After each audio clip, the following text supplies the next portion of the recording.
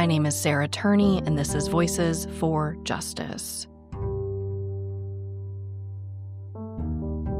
Today, I'm discussing the case of 14-year-old Emily Pike out of Mesa, Arizona. As I record this episode, the case I'm talking about today is brand new and extremely disturbing, but also incredibly important to talk about.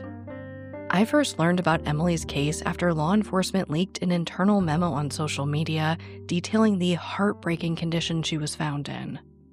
Her case has caused waves all over Arizona and really the country, but her loved ones are screaming for more coverage and for more people to care.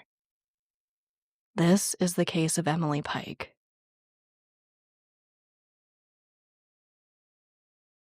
Like I said, as of recording this episode, this is a very new case. So new that some of the information I'm going to tell you about was released the morning this episode airs. We don't know a lot about Emily, but here's what we do know. She was born on May 16, 2010, and was a member of the San Carlos Apache Tribe in Arizona. Her family, and presumably at some point Emily as well, lived on the San Carlos Apache Indian Reservation. This reservation was established by executive order on November 9, 1871, long before Arizona was even made a state. It spans nearly 2 million acres in southeastern Arizona, touching Gila, Graham, and Pinal counties. Now, just for context, since I know a lot of people think that Arizona is just desert, a third of the reservation is gorgeous and green and filled with trees.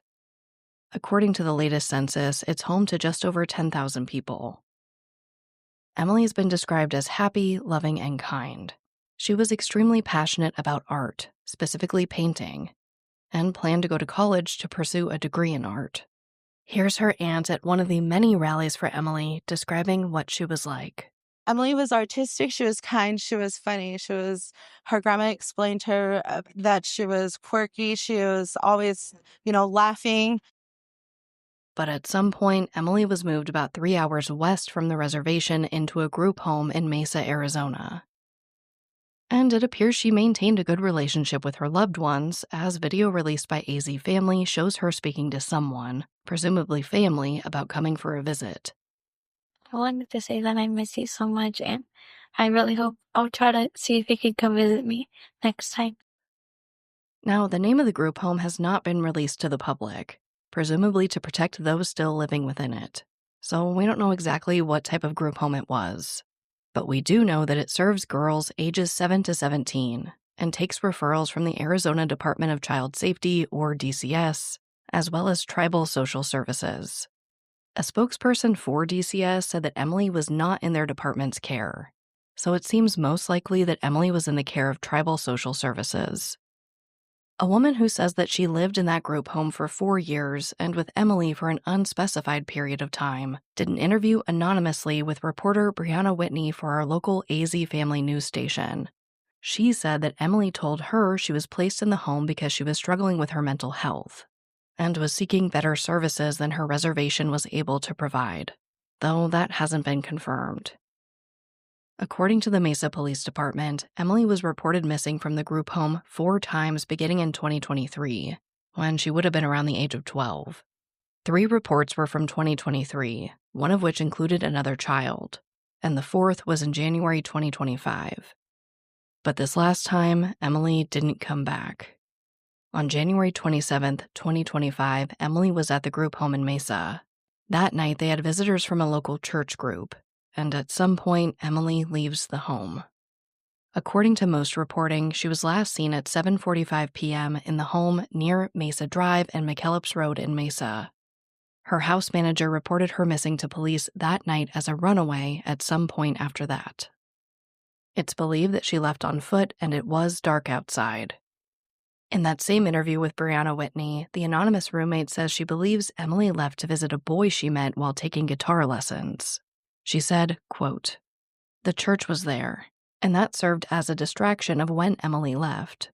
She left because she wanted to go out and see the boy she liked, and she wanted to talk to him. She either used the back door or used the window and left as everyone was distracted." End quote. Unfortunately, I think we know what type of response teenagers who are reported as runaways typically get. From what I could find, the Mesa PD didn't do much for Emily, and likely expected that she would come back as she had every other time she ran. There was also a delay in reporting Emily's disappearance to her family. They didn't find out until a week later when her mother, Steph DeSella, received a phone call from Emily's case manager to let her know that she was missing. I couldn't find any information about a formal search for Emily, and she unfortunately didn't meet the criteria for an Amber Alert in Arizona. But flyers were made and distributed in the Mesa area as well as online. The details were limited. In a co-branded flyer from the Mesa PD and the National Center for Missing and Exploited Children, it explained that Emily was a missing/runaway juvenile, 14 years old, Native American with brown hair and brown eyes, 4'10", weighed 115 pounds, and was last seen wearing a pink and gray shirt in the area of Mesa Drive and McKellips Road. Her case didn't garner much attention until the end of February, when an internal memo not meant for the public was somehow posted to the Facebook page for the Gila River County Sheriff's Office. As of recording this episode, the Sheriff's Office has not commented publicly on how that leak happened. But it explained that an unidentified woman in her teens or late 20s was found dismembered. And I want to warn you that the following information is graphic and extremely disturbing. It explained that her head and torso were found in trash bags, but some remains were still missing, and there was visible trauma to her head and face. The memo also contained a photo of where Emily was found and the state she was found in. While this information was never meant to be released, it was. And the community was and is rightfully outraged. On February 14, 2025, Emily's remains were found in a remote wooded area off Highway 60 North, near Milepost 277 on Forest Road 255, just east of Globe, Arizona. A lieutenant from the Gila County Sheriff's Office said, quote, "Received a call from some people that were actually out in the area, and during the course of walking down the trail, discovered the trash bags, that when they kind of investigated it, they believed that there was possibly a body in one of the bags." End quote. Before Emily was identified, someone from the sheriff's office leaked that internal memo I told you about earlier, sparking massive outrage. And on February 26th, they released a statement that reads in part, quote, "On February 14th, 2025, the remains of an unidentified female were found.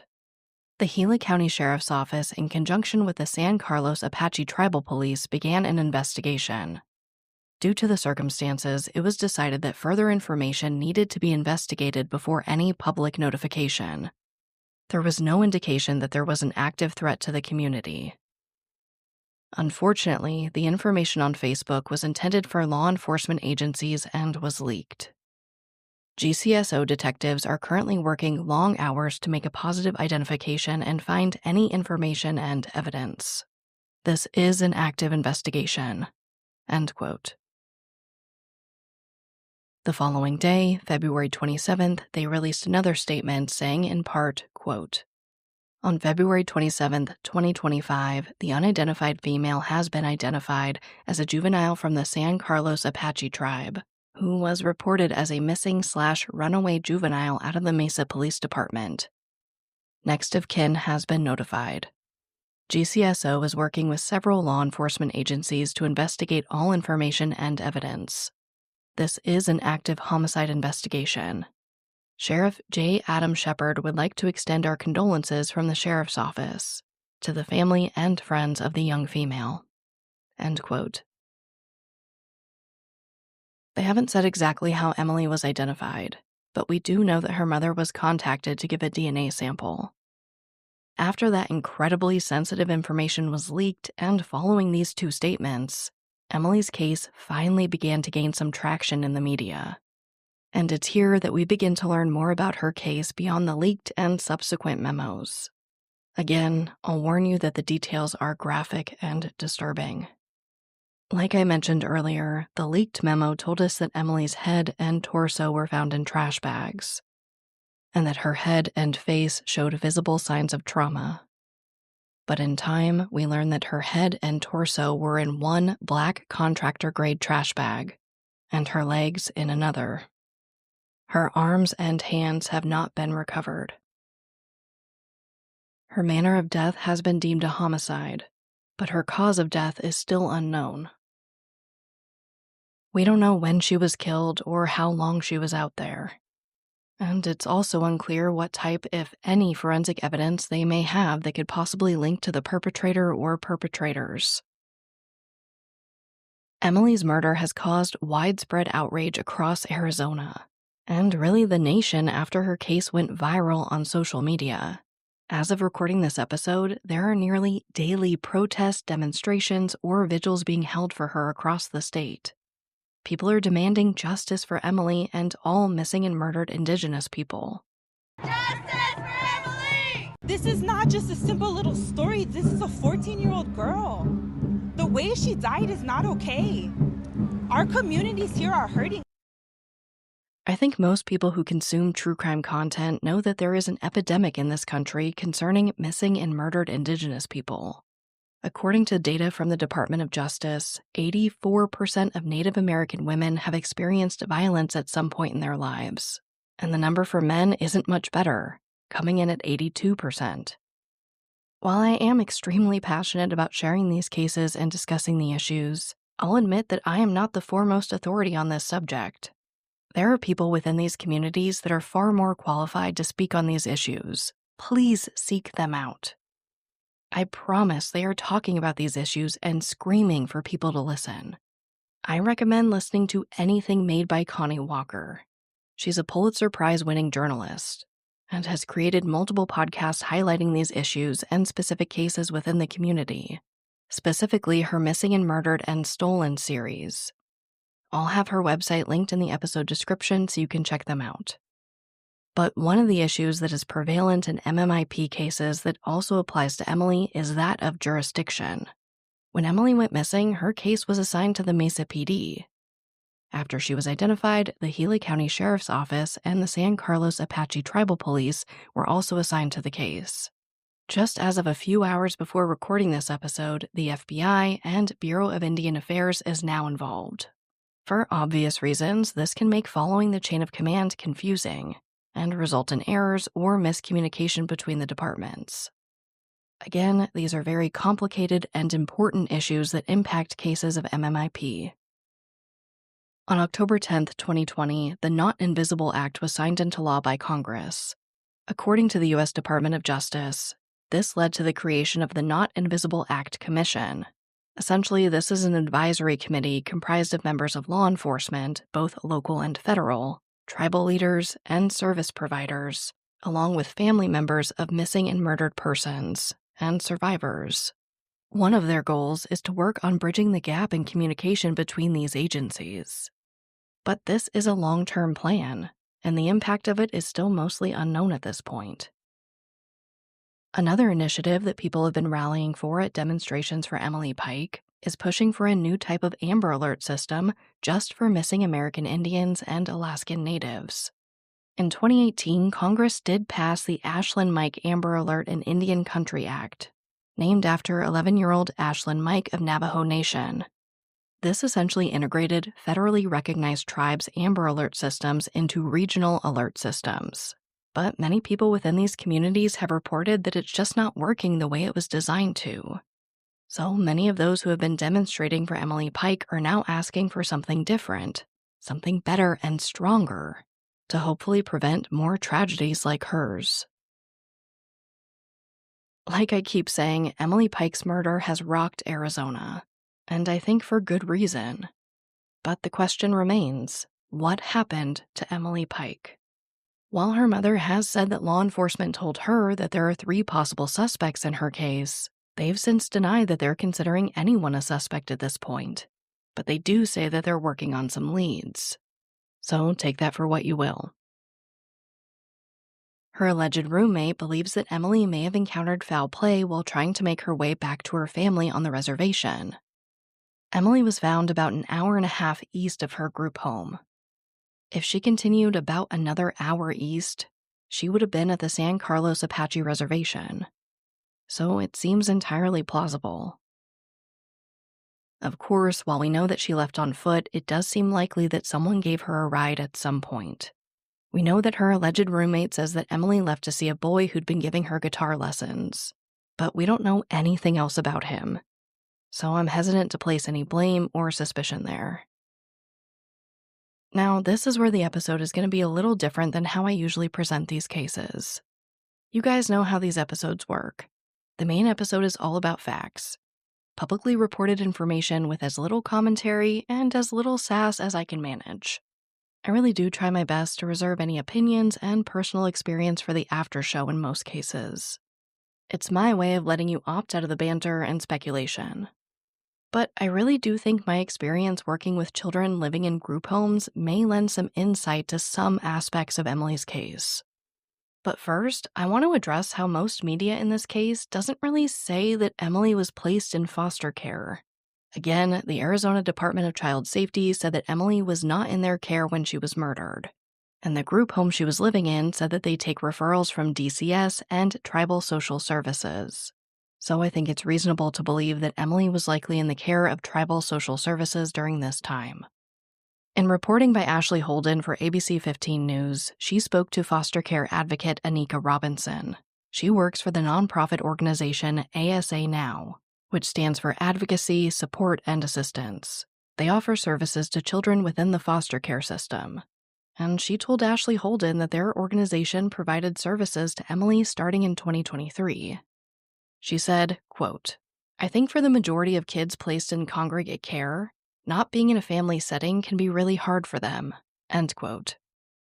So while there are many reports stating it's unclear what type of facility Emily was housed in when she was murdered, and it seems like many of them are carefully dancing around outright saying she was in the foster care system, I think we can confidently read between those lines and assume that she was.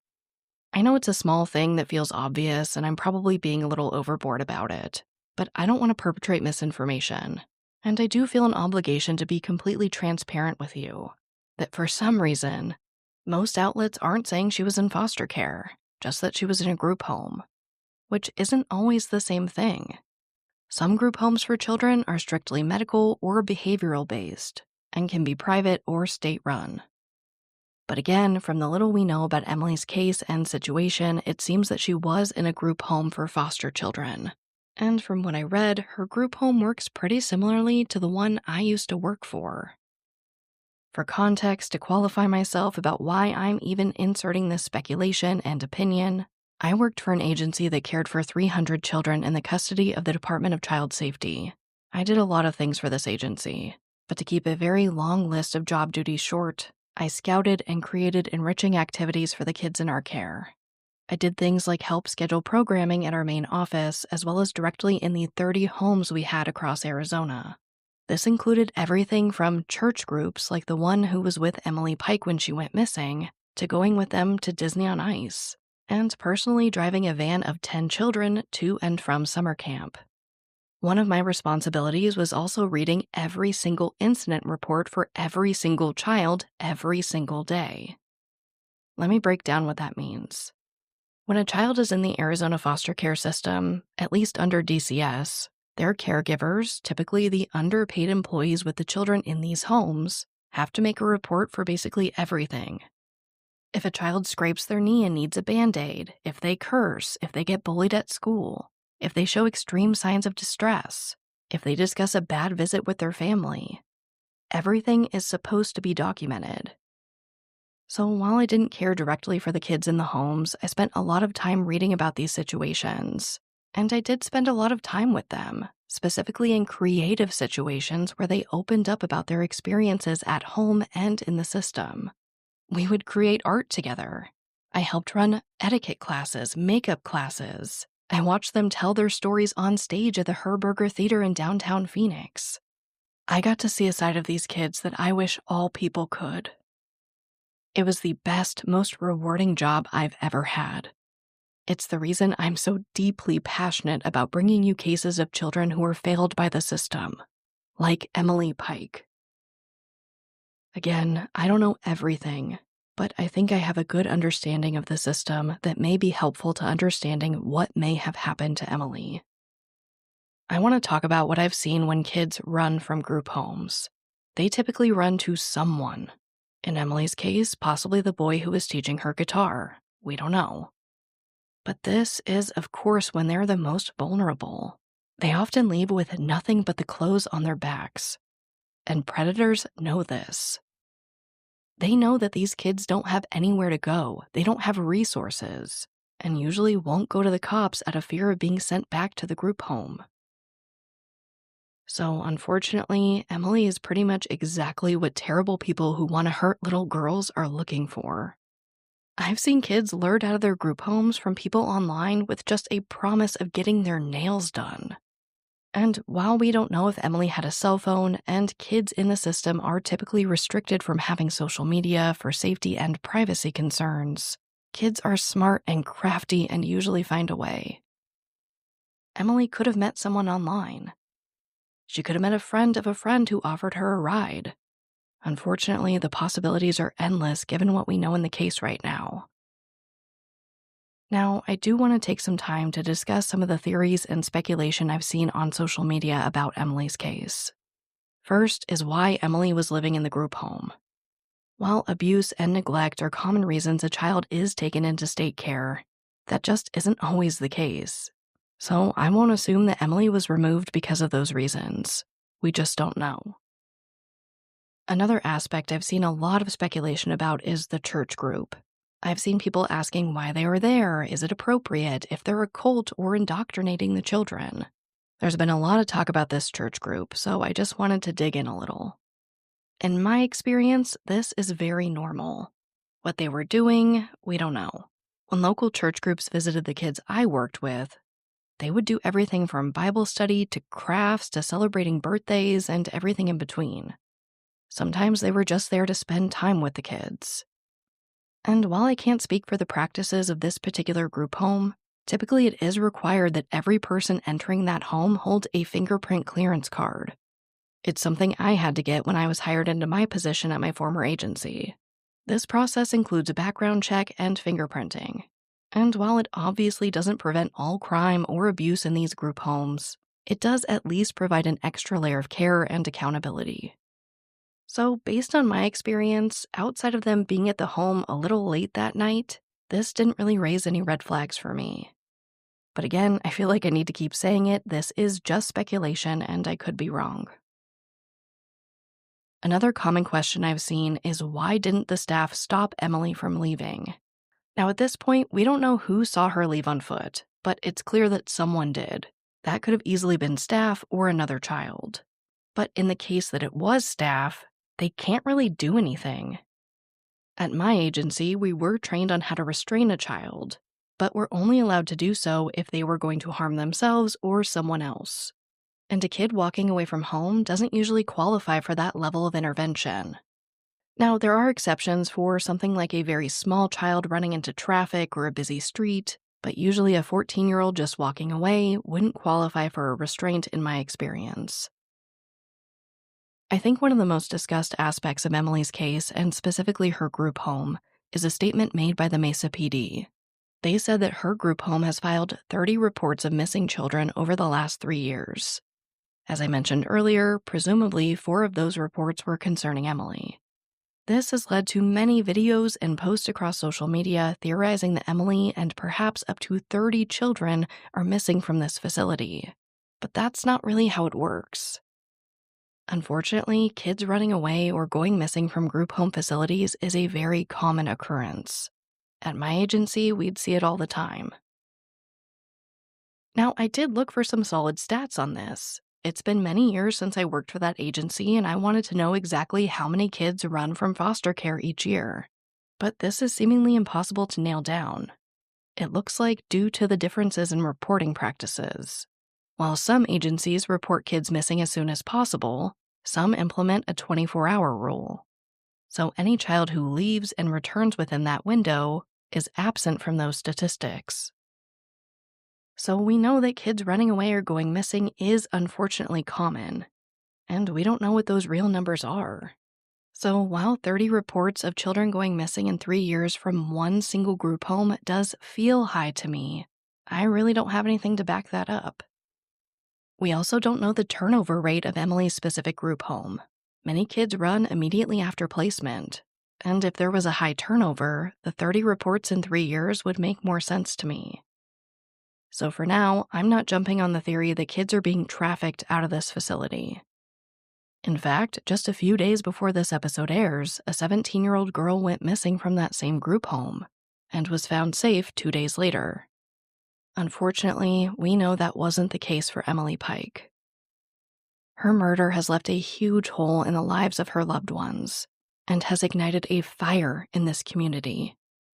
Her aunt, April Victor, told Lindsay Ragus from Fox 10 Phoenix, quote, "Emily was a spark, and she definitely sparked the world, and now the world is on fire because of Emily." End quote. Which brings me right to our call to action. Emily's loved ones did create a GoFundMe for expenses related to Emily's funeral, memorial, and for her family. And it went viral. They raised thousands of dollars in just a matter of days and closed it for donations at $27,440. At this point, her loved ones aren't asking for money. They're asking for attention, for answers, and for justice. Like I mentioned earlier, there are nearly daily demonstrations for Emily, including one the night this episode airs. These are being held all over the valley. So if you do have one in your area and you are able to attend, that would be a great way to help Emily's case and her loved ones. But of course, the easiest way to help is to share her case. Right now, it is seeing a lot of momentum, but we know how these things go. There's a pop of media attention that then fizzles out as leads dry up and the media stops talking about it. Her loved ones and advocates are asking that we keep talking about Emily and the MMIP epidemic. So let's keep the media pressure on and share this case.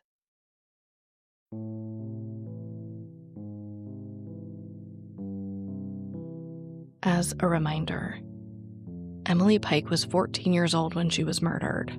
Her remains were found off Highway 60 North, near Milepost 277, on Forest Service Road 355, just east of Globe, Arizona. She was a Native American female with brown hair and brown eyes, who was 4'10" and weighed 115 pounds. She was last seen wearing a pink and gray shirt. Anyone with information is asked to call the Gila County Sheriff's Office detective at 928-200-2352, the Bureau of Indian Affairs Special Agent at 505-917-7830, or the San Carlos Apache Tribal Police Detective at 928-475-1755. You can also submit a tip anonymously at Tips.FBI.GOV. There's no after show this week. This episode is just for Emily. But as always, thank you, I love you, and I'll talk to you next time.